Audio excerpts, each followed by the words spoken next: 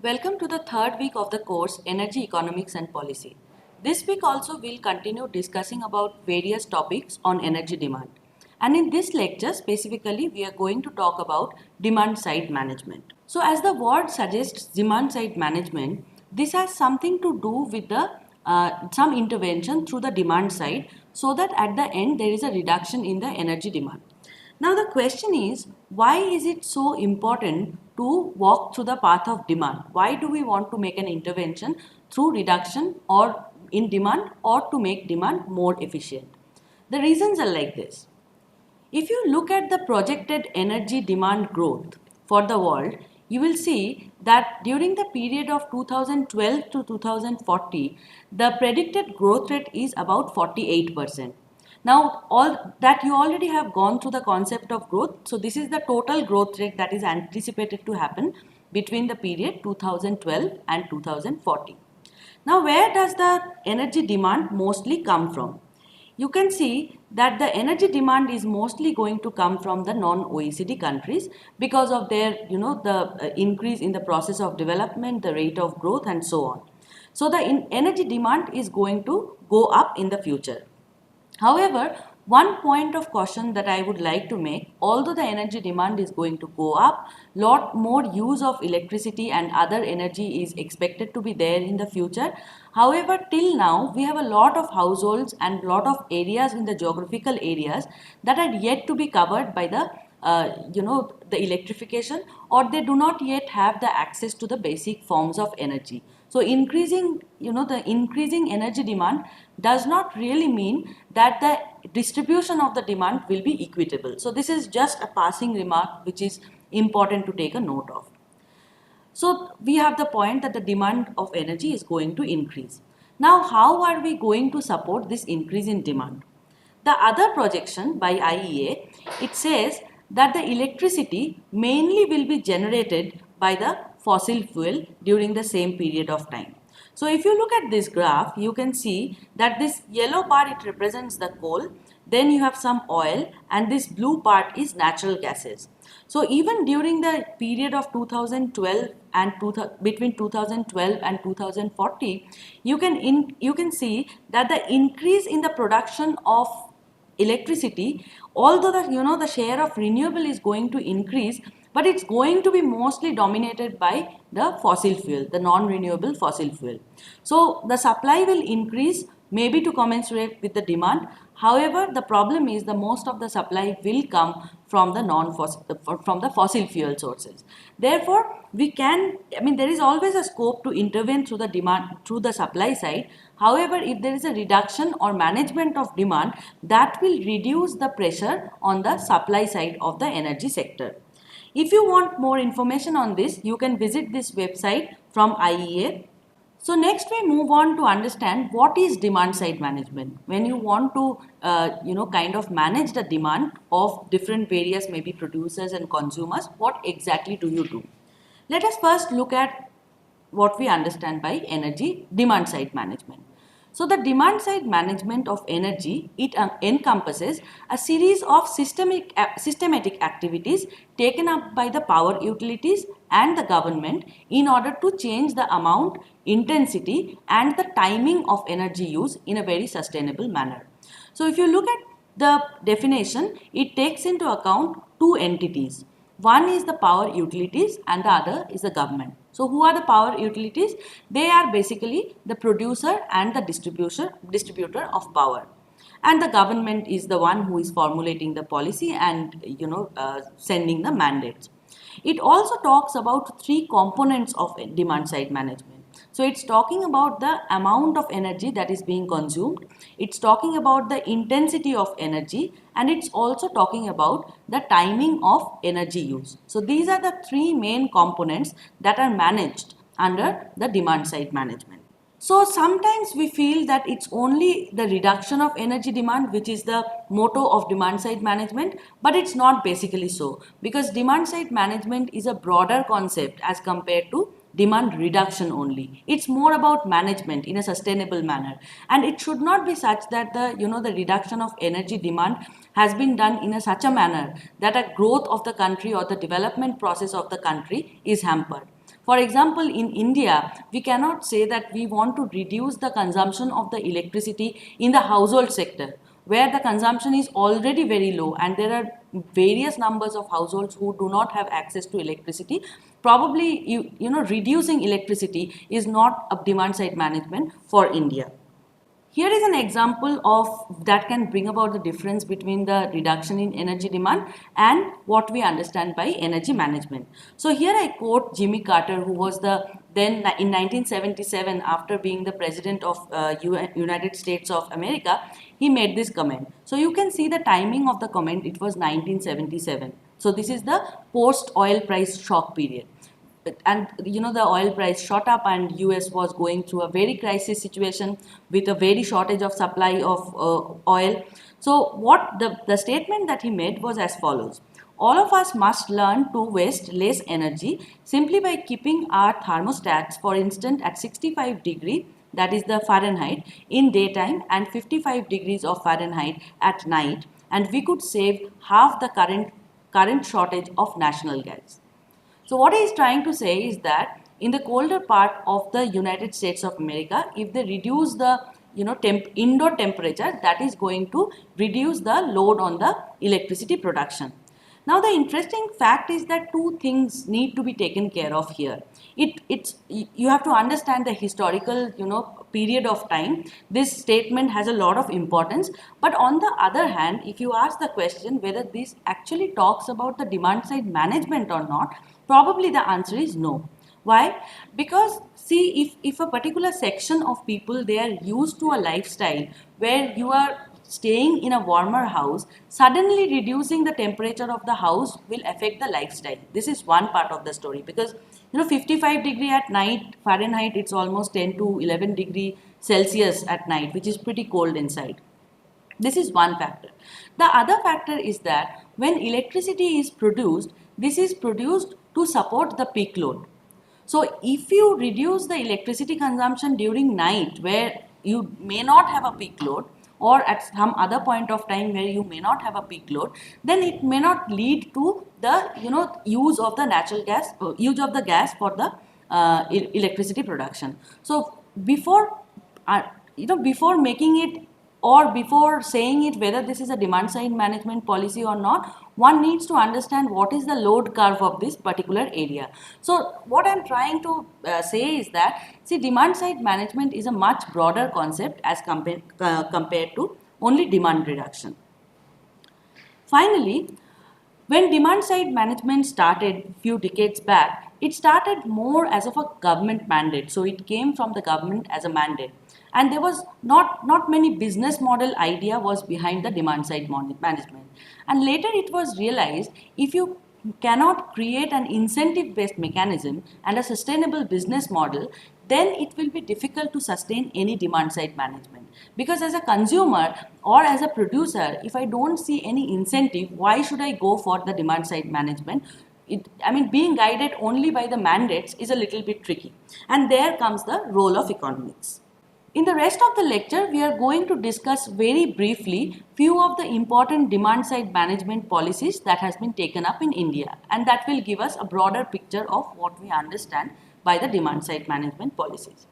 So in India, if you go to the website of BEE, which is the Bureau of Energy Efficiency, this comes under the Ministry of Power, you can get a lot of resources there. You can get a real understanding of the policy domain with respect to energy in India. So if you go to the website of BEE, they have a dedicated page on demand side policies in India. And this I quote from that website: the demand side management interventions have helped utilities not only to reduce the peak electricity demand, but also to defer high investments in generation, transmission and distribution networks. So essentially what we discussed in the first slide, that if the increase in demand can be curtailed, then there will be less pressure on the electricity production sector. So this is making exactly the same point. So it's not only about reducing the peak load, but also you are avoiding the capacity addition to the power generation sector. And we need to understand that the investment that you need in order to add to the capacity of power generation sector is actually huge. So it requires a massive investment. So it has implication both for saving of fuel as well as saving of the fund that is going for the investment. So there are basically four focus areas if you look at the demand side management policies in India. The first one is the agricultural sector. This is AgDMS. We are going to discuss this in a while in a details. The second one is the municipal demand side management. For this, it's yet to be implemented, but the groundwork has been done. All the studies are carried out. So this is mainly for the, so you can see the agriculture is mostly for the rural area. The municipal DSM is mostly for the urban area. Other than that, there are two more focus areas that the BEE has for the demand side management policies in India. One is the small and medium scale industries, and other is the demand side management in the DISCOMs.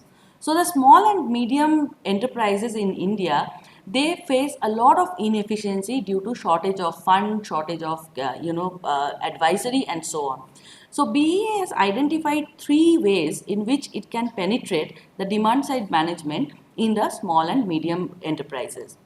The first one is financing energy efficiency, because the equipment that you need to promote energy efficiency is a bit higher. So you can recall that in the last week we had a discussion on the substitution between capital and energy. So this is actually basically we are talking about this. So if you want to go for an energy efficient equipment, then your capital will go up, capital investment will go up, whereas your energy demand is going to come back. But this investment in energy efficient equipment, this is a one time investment and you need a lot of fund for that. And the short and medium enterprises often face a scarcity for fund to promote the energy efficiency in their practice. So this is one channel of intervention. The second is to give them a proper market environment where they can understand the incentives that can be generated from the DSM policies implemented. And the third focus that you can see is the penetration of renewable energy. So to make the situation conducive so that the short and medium enterprises, they actually shift. This is again a sort of a fuel shift. So this is a substitution of one fuel by the other.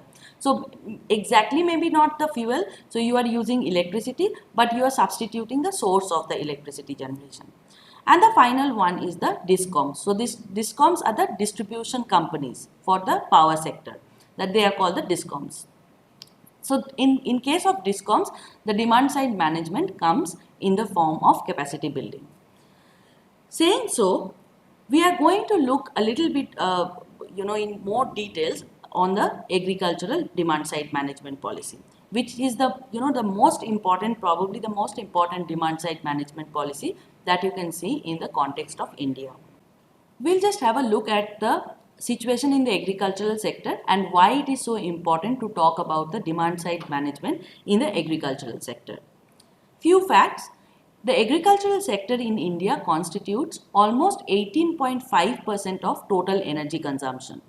And the power consumption in this particular sector is expected to grow at 54% during the period 2015 to 2020.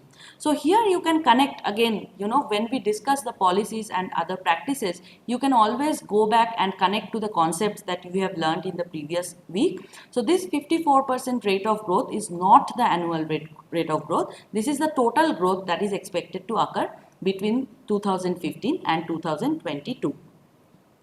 Now, where does this demand come from in the agricultural sector? So, this demand in agricultural sector mostly comes from the use of pumps for irrigation. So, agricultural pump is the main source of energy demand in the agricultural sector. There are around 2.1 crores of agricultural pump sets that are used for irrigation in India, and all of them, they are connected to the grid. So, they are drawing power from the grid. Now, each year, almost 2.5 to 5 lakh of new pumps are being added to the system. But the problem is that all these pumps, they are less energy efficient. So if you look at the energy efficiency level, they hover around between 25 to 30%, but not more than that. So agricultural sector uses a lot of pump sets for irrigation. However, the pump sets that are being used are not energy efficient, and therefore you are using a lot of energy to produce the same amount of output. So this actually takes you back to the concept of energy intensity. So you can say that the energy intensity that the agricultural sector has for irrigation through the use of this pump set is very, very high in India. So the question is, why does a farmer actually buy the less energy efficient pump sets? We go back to the formulation that we had in the last week. This is where we were talking about the different components that the consumer take into account where deciding about the use of energy. We are not going to talk anything about the type of fuel, because anyway, all the pumps, they are using the electricity, so that is what we are going to skip. But what we are going to say and show here, that the decision related to the appliance or the technology that the agricultural sector is going to opt for is actually related to the decision of level of energy that they are going to use. Why is it so? So it goes on this way. If a farmer has to buy the efficient pump, then the first cost is going to be high, because these 5-star pumps are much higher, it's more expensive as compared to the pumps that they buy now. However, if they buy the efficient pumps, then the running cost is going to be low, because then you need to draw less power in order to run the pump. So this is one scenario. The second scenario is what is actually happening. So if you buy the inefficient pump, then the first cost is going to be low, because the price of these pumps are low.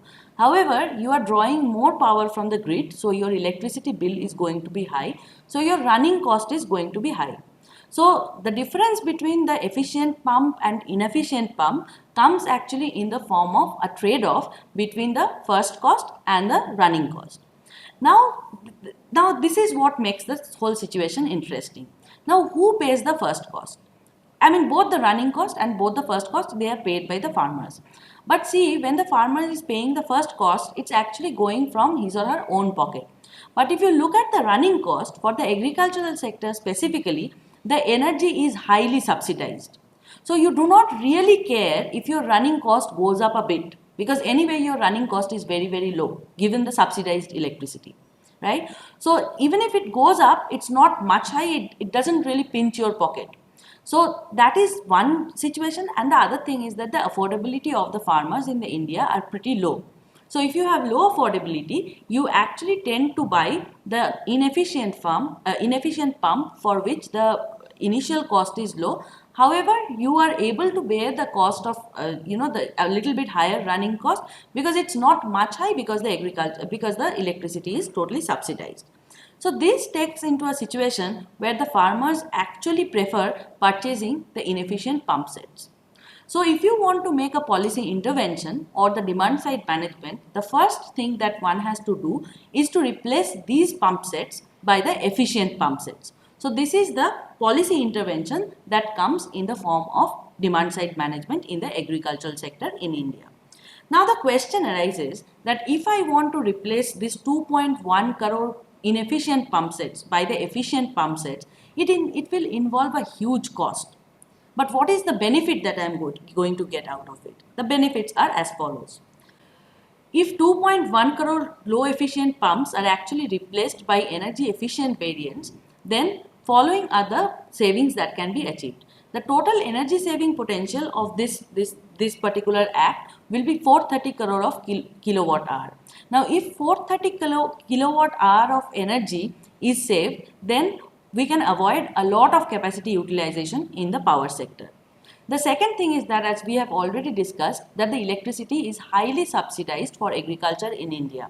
Now, if the electricity power consumption comes down, then the government will need to pay lot less amount of subsidy. So the subsidy burden on state utilities will come down to a great extent, which is of the amount 22750 crores of rupees. So this is a huge amount of money that you are saving, not only the electricity. The other thing which is again very important, because this power, as this is again we have discussed that the power is mostly coming from the coal in India. and this creates emission of lot of greenhouse gases. So the potential greenhouse gas emission reduction by replacing 2.1 crore of inefficient pump will be 3.48 crore tons of CO2. So the saving potentials are huge. But as a student of economics, one should understand that this kind of, the savings which we are generating, these are avoided social costs.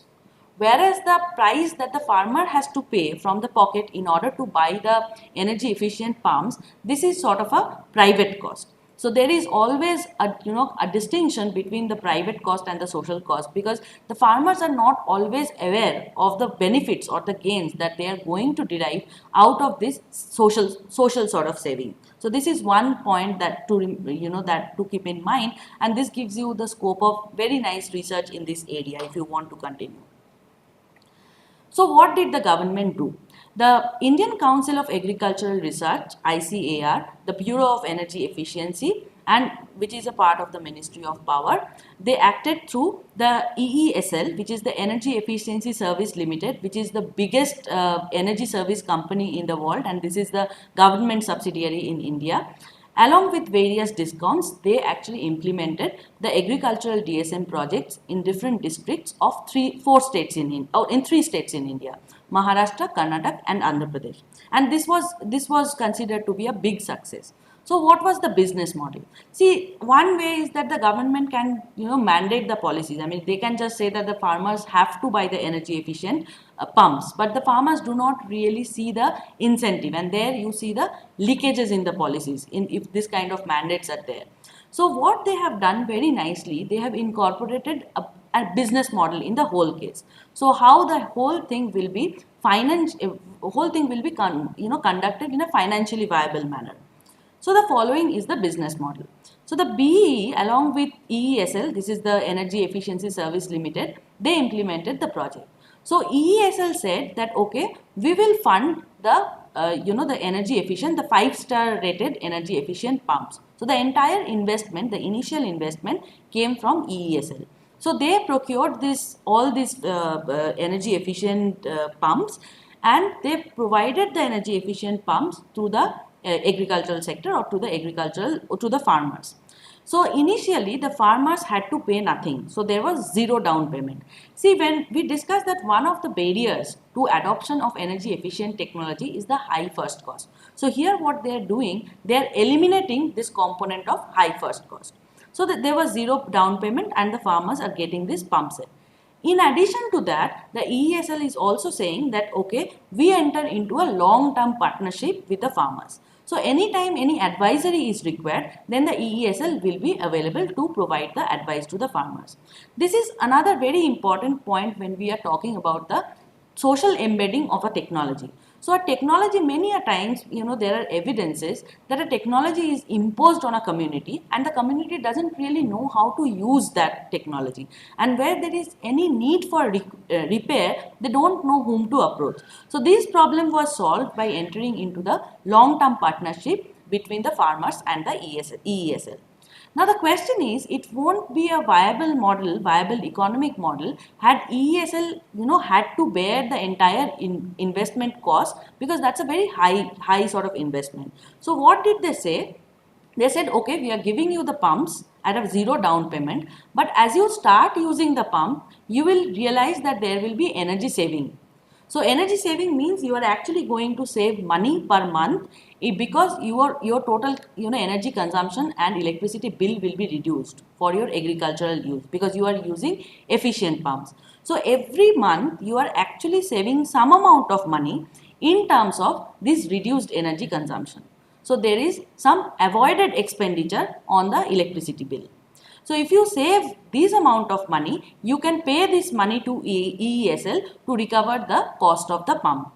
And what will be the duration of this payment? That actually they had some agreement based on the mutual convenience. So they said, for example, over a 2 or 3 or 5 year period of time, the farmers are going to repay the first cost of the pump to the EESL. So this is how they removed the first cost barrier. They made the business model viable, and they kind of created a sort of a environment where there can be interaction between EESL and farmer. Besides that, there are some other technological interventions as well. So EESL also promoted the smart control panels in order to achieve the reduction in water and energy wastage. So because of these inefficient pumps, there were a huge water wastage as well. So these are the interventions that took the form of the demand side management policies in the context of agricultural sector in India. And this is one of the very efficient policies that we see in the whole paradigm. Next, we are going to have a little bit of understanding on what municipal demand side management means.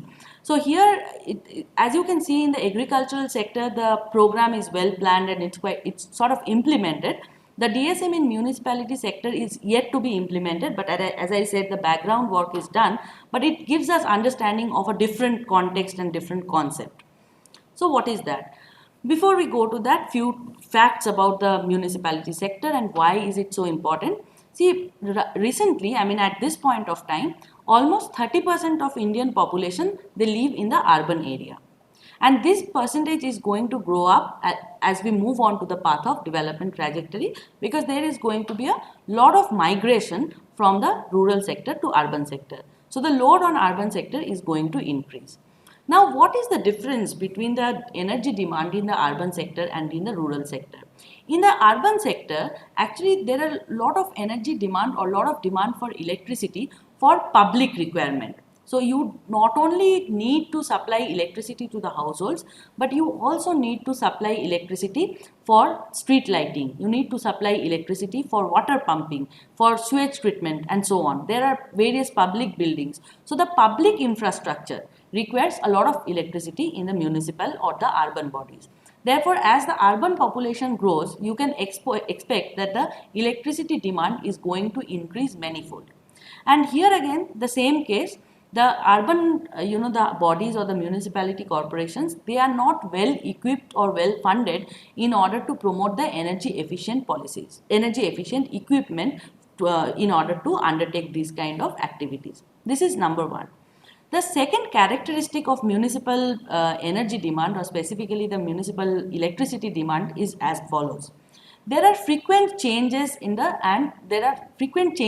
peaks. So what is a peak load?